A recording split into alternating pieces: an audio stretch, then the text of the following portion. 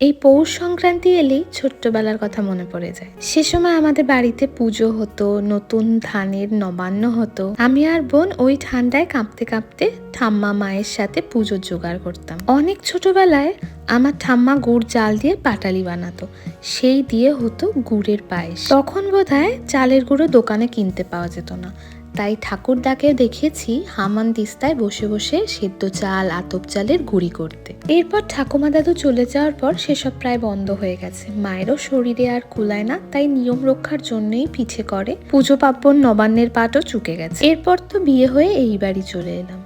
এসে শুনি শাশুড়ি মা চলে যাওয়ার পর এ বাড়িতেও পিঠের পাট উঠে গেছে। কি মুশকিল, তা বলে কি সারা বছরে একবারও পিঠে হবে না? আর আমি তো ছাতা পারিই না। প্রথম বছর মাকে ফোন করে অপটু হাতে কয়েকটা পাটিসাপটা করেছিলাম বটে। এবার যেহেতু পৌষ সংক্রান্তির দিনটা নর্থ বেঙ্গলে নেই, বারাসাতেই আছি, তাই সবাই মিলে ঠিক করেছে পিঠের পিকনিক হবে, তাও সেই শাশুড়ি মার তৈরি করে যাওয়া উনুনটায়। আমি বানিয়েছিলাম সন্দেশের পাটিসাপটা আর সৌমিতা বানিয়েছিল দুধ পুলি। আর ছাদে অতক্ষণ ধৈর্য ধরে সৌমিতাই বানিয়েছে ঝাল পিঠে আর মিষ্টি সরা পিঠে। আমরা খুব চিন্তায় ছিলাম যে পিঠেগুলো উঠবে কিনা, কিন্তু প্রথম যেই পিঠেগুলো উঠলো সে কি আনন্দ!